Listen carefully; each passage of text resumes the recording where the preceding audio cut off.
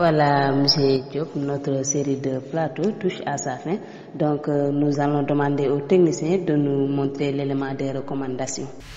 Je voudrais juste, je retenais en gros et de manière synthétique 3 éléments sur 3 aspects.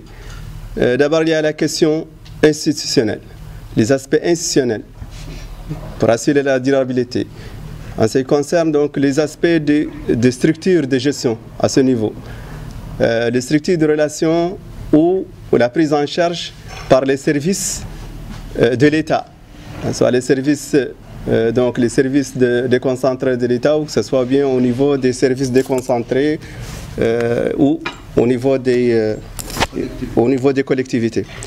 Ça, c'est un aspect effectivement de la durabilité qui est important et qu'il faudra prendre en charge. Il y a également l'aspect des réalisations elles-mêmes. Certaines des réalisations, suivant en tout cas ce que j'ai entendu, certaines des réalisations sont incomplètes. Donc avant de penser à la durabilité, il va falloir également compléter le travail qui devait être fait et également éventuellement corriger des effets négatifs pour certaines réalisations. On a en fait dit faire réaliser donc des services, mais au lieu de cela, cela a engendré d'autres problèmes qu'il faudra peut-être adresser. Ça, c'est bien. Il y a la question de... nous avons élaboré ou proposé des actions, mais je l'avais posé dans l'un des groupes, la question également donc des ressources. Cela demande des ressources. Rien ne peut se faire sans ressources. Et ça, c'est une question qu'il faudra vraiment tenir compte. Quelqu'un, et tout à l'heure, ça c'est la question est revenue à chaque fois, donc on a posé la question toujours de transfert au niveau des services déconcentrés de l'État, au niveau des services techniques. Mais tout en gardant à l'esprit l'hypothèse, on fait une hypothèse que ces services techniques ont d'abord les capacités techniques, ils ont les ressources humaines et les ressources techniques financières nécessaires pour assumer ce rôle. C'est une hypothèse. Si ce n'est pas le cas, il va falloir également y penser.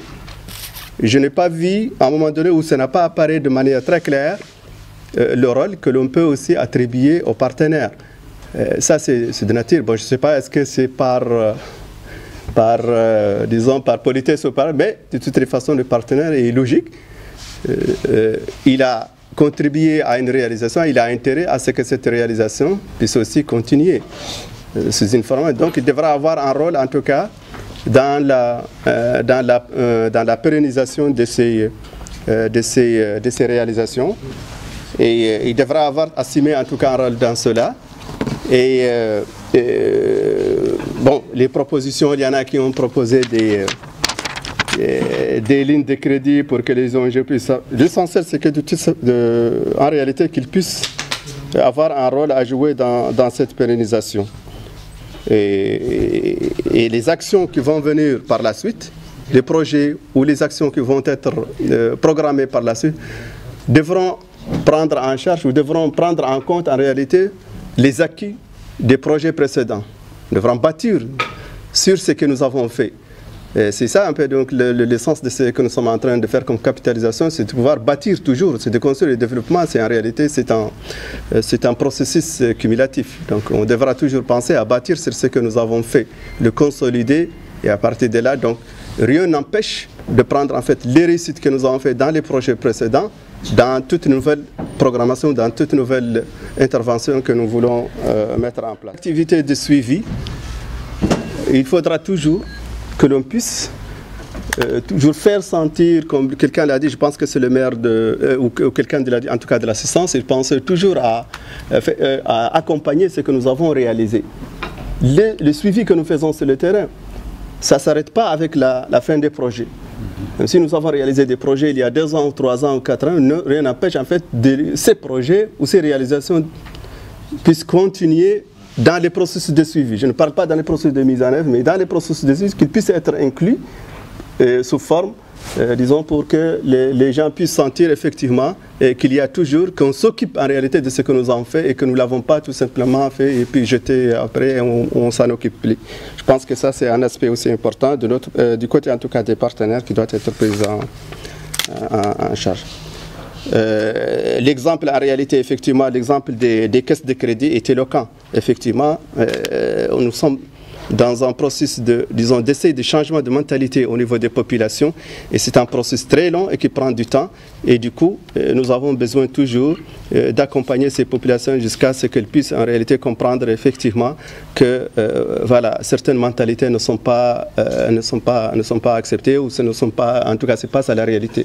C'est pas un bailleur de fonds qui vient avec un petit montant et qui l'a oublié et puis voilà et du moment qu'il n'est plus là on peut en faire ce qu'on peut. Et d'ailleurs, dans une mission précédente, j'avais noté le fait qu'effectivement, certaines des populations, il y a toujours un travail effectivement de travail sur les mentalités, parce qu'elles pensent que c'est toujours, ça c'est des actifs des partenaires.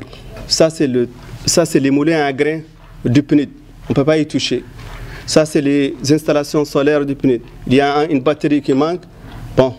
On s'est dit, on va attendre que le PNUD nous amène une autre batterie. Ou bien ça c'est... Donc, vous voyez, c'est toujours cette mentalité faite que ça, ce n'est plus les actifs du PNUD ou des partenaires ou de l'Union européenne ou de tels projets. Ça devient en réalité notre propre chose. Ils nous ont permis de démarrer et c'est à nous en réalité de faire le prochain pas pour que cela puisse en fait avancer. Hier, le DMP nous a demandé la liste de tous les projets, ce qu'ils ont fait, ainsi de suite, les observations. On l'a donné, c'est peut-être pour le compte rendu de sa mission, pour le compte rendu du ministre, le ministre peut-être pour le PM, tout ça, je ne sais pas. De toutes les façons, on aimerait bien que ça soit fait dans le sens aussi inverse. Le délégué de l'environnement doit avoir ça, on peut lui copier ça, les deux délégués, et qu'ils sachent, qu'ils répertorient tout, et leurs collègues, ces services techniques aussi, peuvent les avoir pour qu'au moins qu'ils sachent qui a fait quoi, où. Parce que, même s'ils n'ont pas de moyens, ou même s'ils ont des problèmes de staff, parfois des missions d'autres bailleurs et partenaires de programme passent chez eux pour voir qu'est-ce qui peut être fait quelque part, là où ça a manqué, ici ça manque. Je rappelle que les zones où on a travaillé ont été considérées comme les zones les plus vulnérables des deux communes. Donc ça c'est aussi un rappel. L'autre élément, c'est la phase 2 de la MCC. Comme je l'ai dit ce matin, beaucoup d'ONG internationales et le PNUD ont postulé pour une deuxième phase de la MCC qui peut ne pas forcément concerner les deux zones du Brakna et de la Saba, mais dont Brakna et Saba. On aimerait qu'avec l'Union européenne assurer le suivi pour que s'il y a des organismes qui sont retenus pour les zones qui étaient couvertes par la MCC2, qu'on puisse voir dans quelle mesure des consultations peuvent être possibles. Enfin, dans le cadre de la composante cofinancement du FEM, 5 ONG ont reçu des cofinancements du volet FEM. Et ces 5 ONG, c'est aussi une mesure de durabilité qu'on avait prévue. 3 ONG doivent mettre des AGLC dans la commune de Man et dans la commune de Djelouor. Une est très avancée, les 2 autres sont en retard. Pour l'Assaba, la même chose. Une dans la commune de Labher, une dans la commune de Laouissi. Ces gens aussi sont un peu en retard, mais ils ont encore là, leurs projets sont actifs jusqu'à décembre. Donc, tout ce qui est possible de faire va être fait au moins avec ces gens qui sont encore sous contrat. Et en dernier élément, l'Union européenne, ils ont ce qu'ils appellent activité de clôture. Activité de clôture, pour eux, on ne les comprend pas beaucoup, mais on le commence à comprendre. En principe, au 31 mai, on ne devrait plus faire aucune dépense sur le projet AMTC. Mais il s'avère qu'il y a une ligne qui s'appelle activité de clôture. On peut faire ce type d'activité de clôture. C'est dans le cadre que cet atelier a été organisé. Parce que normalement, on n'aurait pas pu l'organiser. On devait le faire le mois de Ramadan, on a reporté l'atelier et ça a été possible. On va voir avec eux dans quelle mesure où il y a quelques fonds peut-être qui étaient là-bas, qu'on n'avait pas la garantie de pouvoir les utiliser avant 31 mai, peuvent être mobilisés pour activité de clôture. On vient de voir l'élément des recommandations. Encore avez-vous un commentaire à faire? Le seul commentaire que j'ai à faire, il faut le reconnaître, c'est une première en Mauritanie que ce genre de foire a été organisé. Donc nous souhaitions que ça soit capitalisé et que s'il y a des opportunités dans l'avenir, que cette foire puisse avoir lieu à chaque fois, comme la foire des femmes, comme les autres foires, etc. etc., etc. Donc C'est une foire vraiment, c'est une première en Mauritanie et je souhaite qu'elle soit capitalisée et qu'elle soit de manière vraiment répétitive à chaque fois ce genre de projet. Mais M. Diop, on a remarqué que toujours les projets finissent avec le financement. Est-ce que vous avez tenu compte de cela? Oui, nous avons tenu bien compte de cela.